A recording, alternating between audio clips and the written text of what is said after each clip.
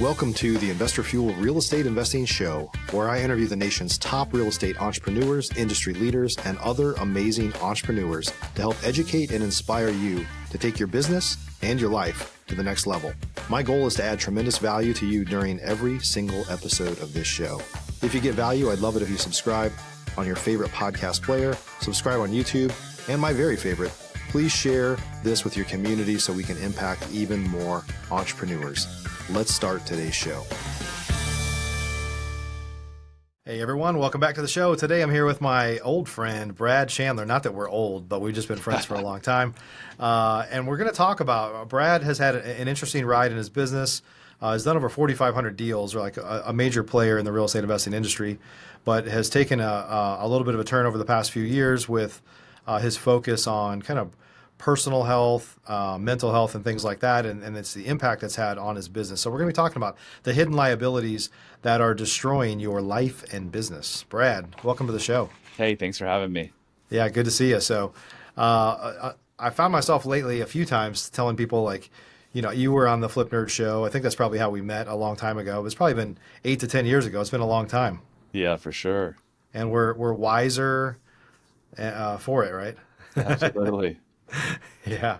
Awesome. Well, hey, I'm excited to talk about this because I do think that a lot of entrepreneurs are, you know, so-called kind of balls to the wall, right? Just going a million miles an hour and trying to build something.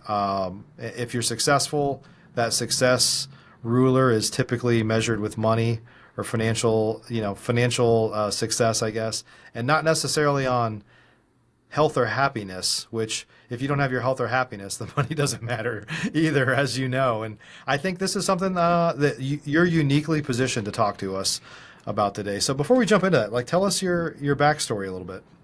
Yeah, it goes all the way back to ninth grade. I read a book by Robert Allen on how to buy real estate with no money down. And at that point in time in my life, I was like, this is what I'm going to do. And I went to school. I went to Virginia Tech undergrad for property management and real estate, got my MBA from University of Wisconsin in real estate. And in late 2002, an investor bought my neighbor's house in Vienna, and I went and talked to him. And he said, yeah, I buy houses at 30% below market, fix them up and resell them. I was like, boom, I'm going to do that. So my dad had been an attorney all his life. And back in the early 80s, he actually pioneered TV advertising. His two partners were like, we can't do that. That's unethical. And he's like, well, the heck with you. I'm going to go start my own firm. And he got two guys and started. And for years, that's how he built his business. So started running TV ads back in 2003. And since I've bought 4,500 houses. Yeah. Yeah. So over the past couple of years, let's talk about this journey you've been on, because I know over the past few years, you got to a point in your life, and I don't know if it was because of COVID or if it happened during that era of just like you realizing that there's kind of more out there for you. So maybe share a little bit about that. Yeah, the funny thing is, Mike, I wasn't even looking. Like my whole life, I was a Tony Robbins fan, and I read the Zig Ziglar books and all the personal development, and I was trying to get to be a better human being every day. But there was just something missing. And I didn't really figure it out until I wasn't even searching. I was trying to help get my son help for anxiety, and I was on a call with a performance coach, and within minutes, she was like, Brad, you have a tic. And I was like, what are you talking about? She's like, you blink like crazy when you talk about your childhood. You may have some unresolved childhood shit that's actually affecting your son's anxiety. And I'm like, no chance. I've been a single dad for years. Like, no way. But okay, if you think so, I'll come out and talk to you. So she invited me out for a weekend with her and her ex-Navy SEAL husband. And over the course of a weekend, really 3 hours, in this Airbnb bedroom, laying on this bed, doing this like, I don't know, what do you call it? Like a talking thing with this ex-Navy SEAL. My life forever changed, right? And I came back from that and I started sharing my story, and people were like, wow, you're telling me more stuff than my therapist is. And so I just was fascinated by how I could change so fast and so profoundly. So I started studying under some of the best people in the world. And for the last 2 or 3 years, that was what I've been spending most of my time doing, is helping people get rid of these self-limiting beliefs that are hidden in their subconscious mind. They're driving the behavior that they so badly want to change but can't change. Yeah. Could you share some examples of like how it's impacted your life, or some of the early signs that you saw that kind of made you a believer? Sure. I mean, so one thing what did someone call me recently at a mastermind? One person was like, do you know Brad? And they're like, yeah, the chief smile officer. I'm smiling all the time, and you might have seen me back in the day smiling, probably because I was high. By 4 p.m., I'd probably be high at these masterminds. So I haven't smoked weed, and I can't even tell you the last time. I used to smoke every night. I used to drink a lot to the point I was drunk. I haven't been drunk in 4 years. I went 396 days or something, 389 days without a sip of alcohol. I'm in an intimate relationship that is by far the best I've ever had in my life. My relationship with my kids is good. My net worth has never been higher than it has. So I'm just in this place of, I said this off the before we chatted. I'm stealing this from a book, but I'm unfuckwithable. What's that mean is that there's really nothing anyone can say or do that's going to get me too off kilter. And if I do, it's going to be minutes and it's not going to be days like it used to be. So yeah, I'm a different human being. I treat people differently. I see the world differently. I step into more compassion and curiosity than judgment. It was always about judging myself and judging others because I was hurt. Yeah. Let's talk a little bit about what that, I guess the focus on, in the past, I guess with your team, like you very much were probably, and a lot of us have been there. I've certainly been there where I'm just like, I don't really care about anything other than the end result, right? And sometimes you get hung up as a business owner of, it's not that you don't, it's not that you don't care about people, but you don't think about how they think or how they feel or what their goals are or things like that. You just kind of are, they're just they're pieces on the chessboard ultimately. Like you could care about everybody, but you're not really considering what's going on in their lives because everybody that works for you has shit going on in their lives too, right? And so maybe just talk about kind of, I guess, how your approach or your beliefs have changed and how you've helped people change really from a leadership perspective. How have you become and how do you help people become a better leader? Yeah, great question. I mean, when I look back over my 22 years of doing this business, the wrong hires that I made because my my limiting belief was that I wasn't worthy, I wasn't enough. So I would hire people that I thought could make me a bunch of money, not necessarily fit the culture, but just made me a bunch of money. And just like you said, it was all about the end results. Like I don't, it's callous to say I don't care because there was a part of me that cared if they were struggling. I wasn't some, like inhumane person, but it was always like just money. We got to make money because for me, that's how I was going to survive. Not survive from the standpoint of like having money to eat, but survive from the standpoint of not getting kicked out of the tribe. And if I had enough money, that would prove my worth and I'd be in the tribe. And what is this tribe I'm talking about? For 6 million years, we've survived on this planet. And for most of those 6 million years, we lived in tribes. When you upset the tribe leader and the tribe threw you out, what would happen to you, Mike? Completely isolated, Yeah. And what was the ultimate thing that would likely probably happen? die. You would die. You would Yeah. die. So when you shut down with your spouse or you come home and you drink 4 glasses of wine or you eat too much or you're depressed or you're anxious, this is kind of I'm going to wrap a couple things in here. This is the secret to life in 30 seconds. Every negative behavior that you have in your life is driven by an underlying thought that your mind actually thinks is worse. So all the negative behavior is actually a solution to something over here that it thinks is worse. That thing that it thinks is worse is always made up from the ages of 0 to 10 when your brain was being programmed and formed. And it's always an untruth, and it's always about having your needs not met. And that untruth is always about the survival, about getting kicked out of the tribe. So at 5 years old, mommy doesn't give me a cookie. I tell her that I hate her. She cries for 2 hours. Dad comes home from work, hits me, and says, "Don't you ever make mommy feel that way." So the learned behavior is I better not be my real self and my authentic self because the tribe's going to kick me out and I'm going to die. So what you do is you figure out those untruths through the work that I do. And then through neuroplasticity, you can actually rewrite the neural pathway that's holding that untruth, that's causing the negative behavior. When you do that, what do you think happens to the negative behavior? It vanishes. It goes away because it has nothing to fuel it. There's not one person in the world that was born with eating problems, smoking addiction, depression, nothing. It was all learned behavior. So going back to your question, This pervades every area of society, from the trailer parks to the yacht clubs to the boardrooms. Everywhere you go, people are suffering, and 99.9% of people who are suffering or struggling with obesity, depression, anxiety is the exact reason what I just said. It is a solution to something they think is worse, but the thing that they think is worse is just an untruth. So you've got people drinking that are missing work. You've got people fighting with their spouse. You've got anxiety, depression. All of this stuff is affecting business, right? So now I come at it, instead of being like, why can't you make me more money? Can sense, I can feel the energy. Oh, you feel anxious. Let me have a talk with you. And then I do this deep dive and we figure out, just like I do with my clients, what is this underlying thing, Mike, that's causing this anxiety? And we figure it out all the time because Mm. I've created this process over 4 years. So that's what I'm doing with my people. I'm sharing with them that no matter what they're going through, whatever negative behavior, it can be fixed. And of course, not everyone's raising their hand running to me, but I've worked with several people and have dramatically changed their lives in this company. And that's what I'm going to keep doing. I'm going to keep shining my light. I'm not trying to change anyone. I'm shining my light, and the people that want to come towards my lighthouse, great. And the people that are like, no, that's fine. I think I'm going to actually repel some of those folks like out of the company, and I'm going to attract people who just want to get better in all areas of their life. So that's what the company exists for now, is to bring people in who just want to get better in all areas of their lives. Hmm. Yeah, that's great. And if you can help them improve, like from a, I guess talk about what that means from a culture standpoint. It's obviously a very different than the traditional real estate investor culture, which honestly is for a lot of folks probably toxic. But maybe just talk about that importance in your culture.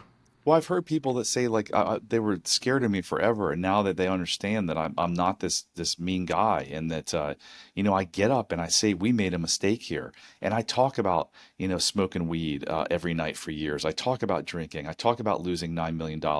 I talk about there's nothing I won't talk about, because if you want to judge me, I now realize that has nothing to do with me. Like, I'll tell them that I used to ask my second wife to tell me all the time how handsome and sexy I was, because I felt so bad about myself. I couldn't hear it enough. I mean, if you'd have told me to say that 10 years ago on the show, where this is going to be heard by thousands of people, I'd have been like, dude, there's no amount of money you can get me to pay. Now I don't care. Like, that was my broken soul self. And if you want to judge me, it's fine, because I know it has nothing to do with me. It just feels how you have to, how you feel about yourself. So it's just a culture of like continuous learning.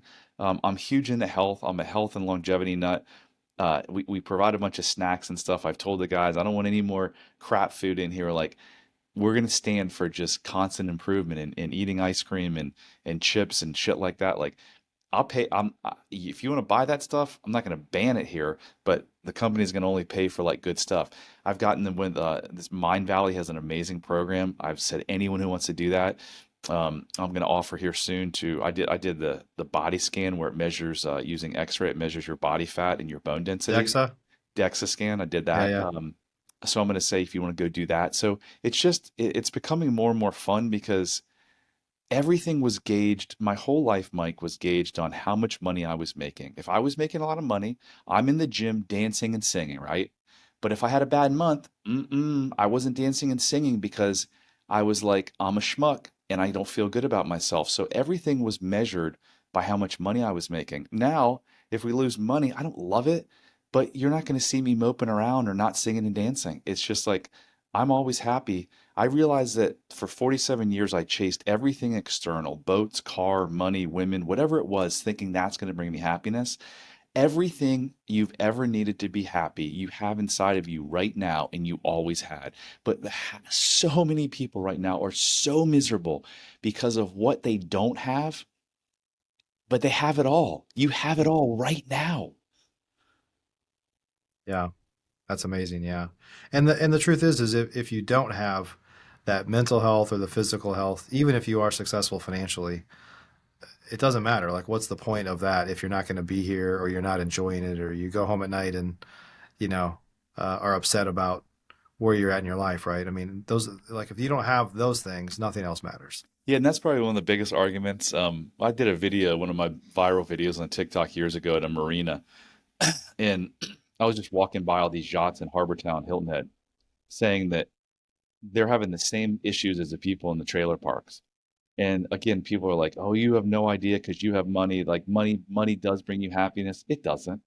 It doesn't. Look at the Amy Winehouses and the Matthew Perrys and the Prince and Kurt Cobain. They're all dead. They had all the money in the world. So if you want to keep living the lie that all you need to do to become happy is make more money, you can do it, but you'll never be happy. Because if you don't feel enough, it doesn't matter if you have $1 or $10 million in your bank account. It doesn't change it. There are people right now that are worth $1 billion that are doing crazy things on Instagram to try to get attention because they want more money because they don't feel enough and they've got $1 billion. There's billionaires right now that are considering suicide. If having all the money in the world makes you happy, why are they thinking about taking their life? Yeah, that's crazy. Let's talk about the, you talked a little bit about this already, but kind of coaching versus managing your team. Because I think a lot of us are, a lot of us are solopreneurs that got to a certain point to where we're not the leaders that we necessarily need to be. But again, we're trying to manage the KPIs and stuff in the business. Talk a little bit about more of a coaching style versus just a straight up managing style for your business. Yeah. Um, so if you have an organization, there's a 100% chance that you have multiple people in that organization that have some of these limiting beliefs. Very few of us escape this. And when I say very few, probably like a half of 1% escape like no bad thoughts from childhood. You may not be consciously thinking it. I didn't consciously wake up and say I'm no good or I'm not enough, but I did. So if you definitely have those people in an organization, you're not getting the most out of them because something's holding them back. So if you can be a coach more than a manager, yes, the numbers are important and having the KPIs and actually helps them. So what I've started to do is, and I got this from Vision at Mind Valley, is the three most important questions. It's like, what do you want to do with your life? What's the biggest impact? What did you love to do as a child? I'm messing them up because I haven't done this in a month or two because I got so sidetracked with so many other projects once I came back to Express Home Buyers.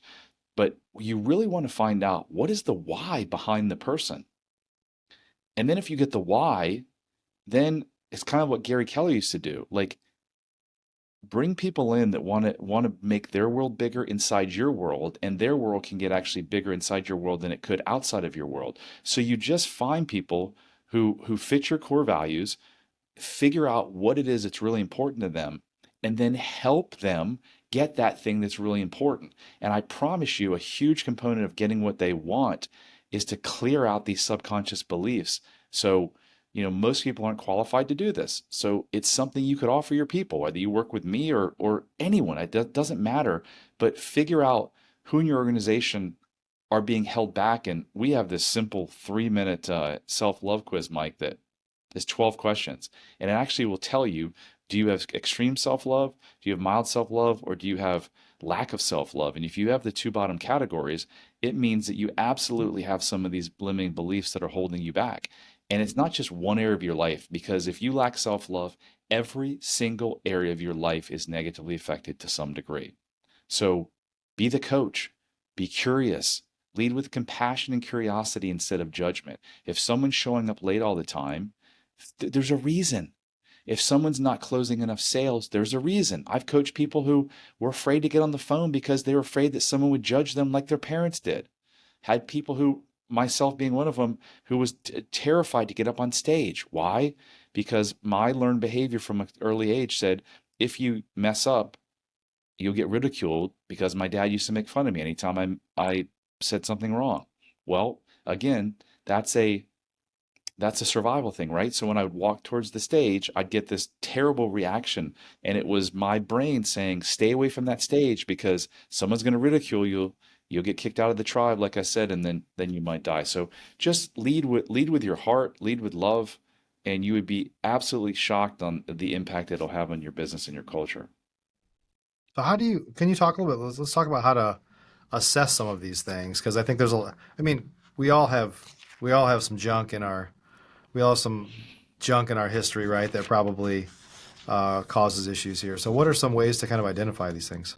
So the number one thing is take the quiz. Like that will tell you everything. Have everyone in your company take the quiz, and if they're vulnerable and open, share the answers. Like this is a perfect example. Would I've taken that quiz 5 years ago and shared answers with anyone? Hell no.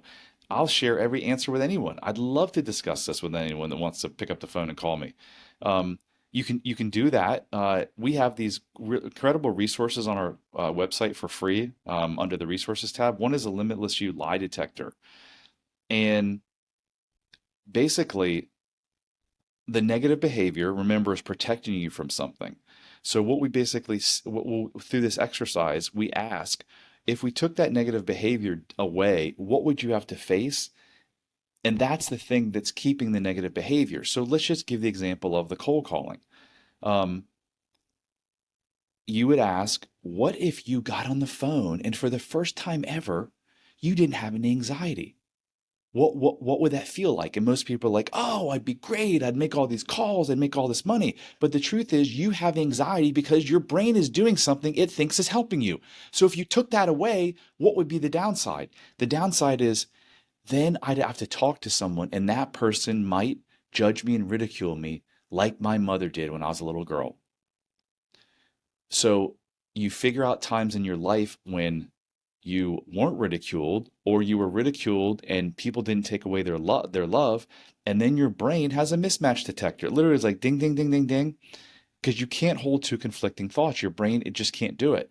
That starts the process of rewriting that neural pathway. So in the instance of the person who's afraid to cold call, we would show times in their life where they may have gotten up and spoken at church or at a business meeting, and maybe they messed up, but no one ridiculed them. And they'd be like, oh, wow.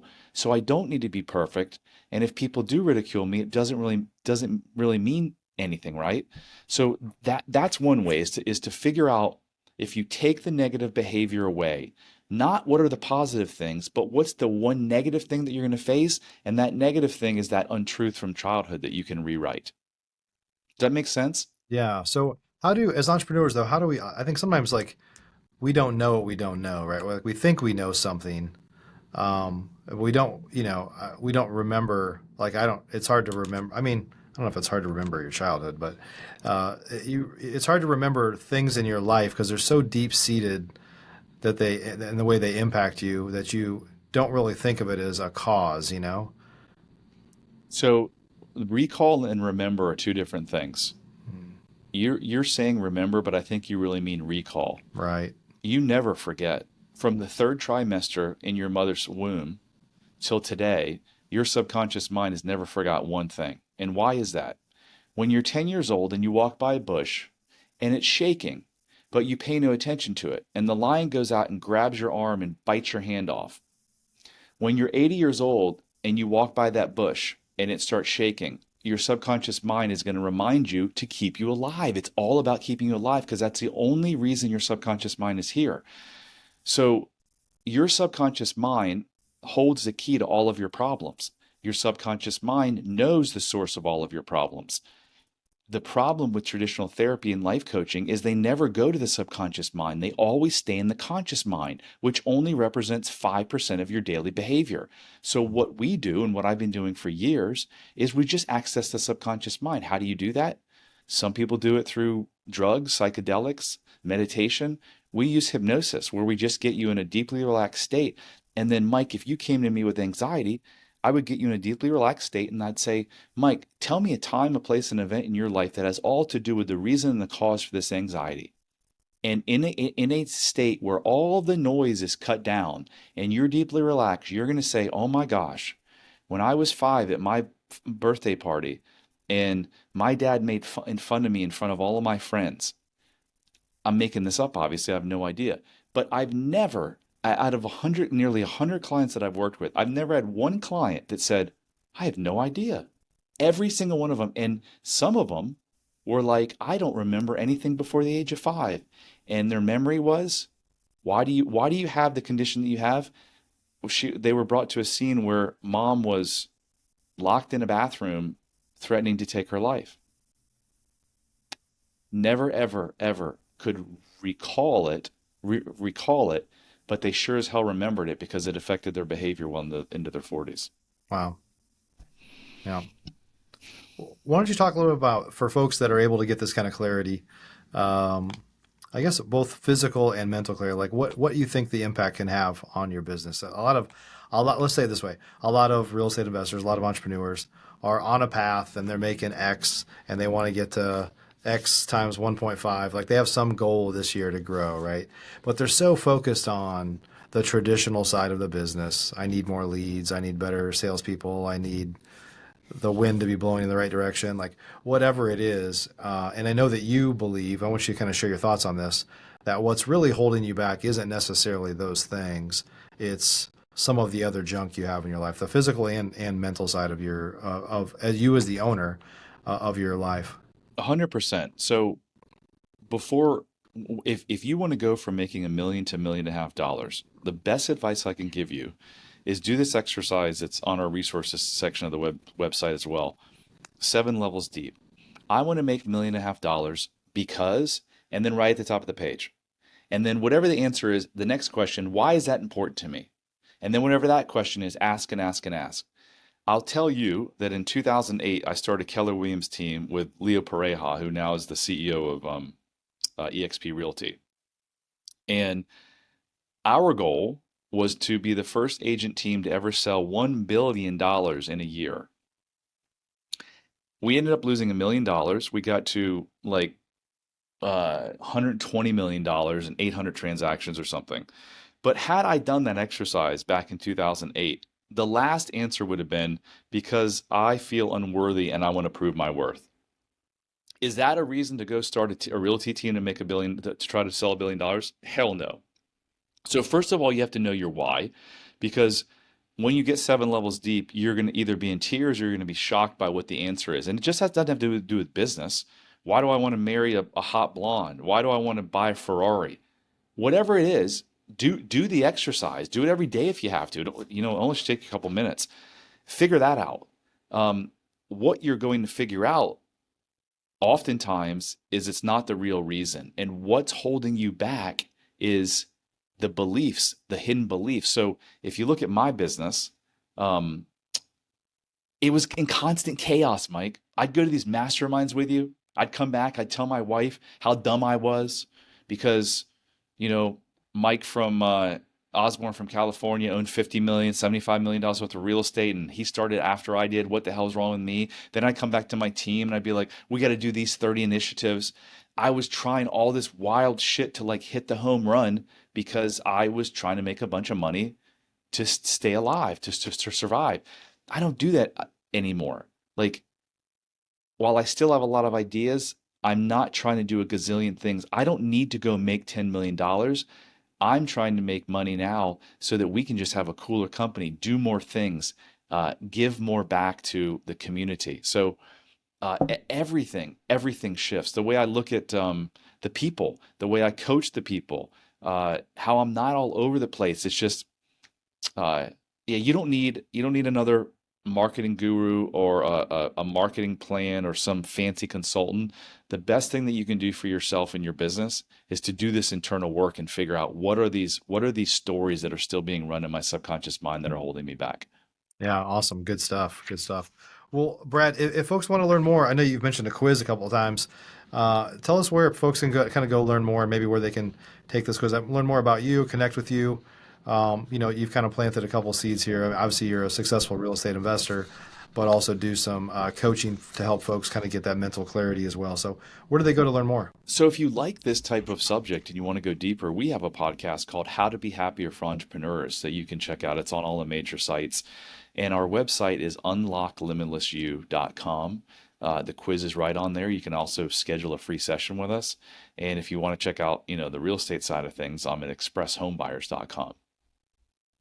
Say that website one more time. Unlock Limitless You. Unlocklimitlessyou.com. That's what we're all about. We're all about unlocking the limitless you because you are limitless. If you're struggling or suffering, it's not your fault. It's just a mechanism that your brain is doing to try to protect you. It can be changed very, very quickly. So don't blame yourself. You got a shitty marriage. Kids are misbehaving. Your business sucks. It's not your fault. But now that you've heard this, you have an awareness and a responsibility to go do something. If you don't, then you get to keep living the same life. But I'm here to tell you that if you want to do the work in a few short hours, your life can profoundly change. Yeah. Awesome. Awesome. Good stuff. Well, thanks for sharing some stuff with us today, Brad. Appreciate it. Thanks for having me. Yeah, we'll add the links down below here in the show notes, everybody. So you have so much opportunity in your life, but I can tell you from Brad's story to lots of other people that I know, and myself as well, right? There's times where you have some level of success. I remember a time where I was sitting at a stoplight with my wife, Lindsay, who you know, Brad, and I remember that somebody had just said, I'd asked them, like, it was a coaching student, like, what do you want to do? And they said, I want to be like you. And I remember thinking to myself, like, I don't know if I want to be like me, you know? And I remember sitting at the stoplight and I just said to Lindsay, I was like, is this what success feels like? Because we were just burning it at both ends and just kind of wiped out and tired, right? And so just because you've been successful financially doesn't mean that you're happy necessarily. And you could be happy. And, you know, we all know people, there's this line of this ignorance is bliss. Like we all know people that aren't doing particularly well by our measure, but they're just happy as hell. And there's something to be learned there about how we can have that as entrepreneurs too. So that's why we fight this fight, right? It's not necessarily about making the money. It's about having the freedoms and the life and the happiness and the joy and being able to kind of share all that with everybody. So if you have some level of success by most standards, which is financial, and you're not seeing it somewhere else, maybe you should talk to Brad. So Brad, thanks again for joining us today, buddy. Thank you. Yeah, everybody, hope you have a great day. We'll see you on the next show. Thanks for joining us for today's show. You can learn more about the amazing benefits of the Investor Fuel Mastermind community, including surrounding yourself with hundreds of other rock stars, 100% financing on your deals, and members-only discounts from vendors you're likely already using that, as a member of Investor Fuel, will save you more than the cost of your membership. Visit investorfuel.com to learn more. You can also check out the show's notes for access to free resources, how to get access to world-class lead generation, and even how to work with me directly one-on-one. Don't forget to subscribe so you never miss another episode. See you on the next show.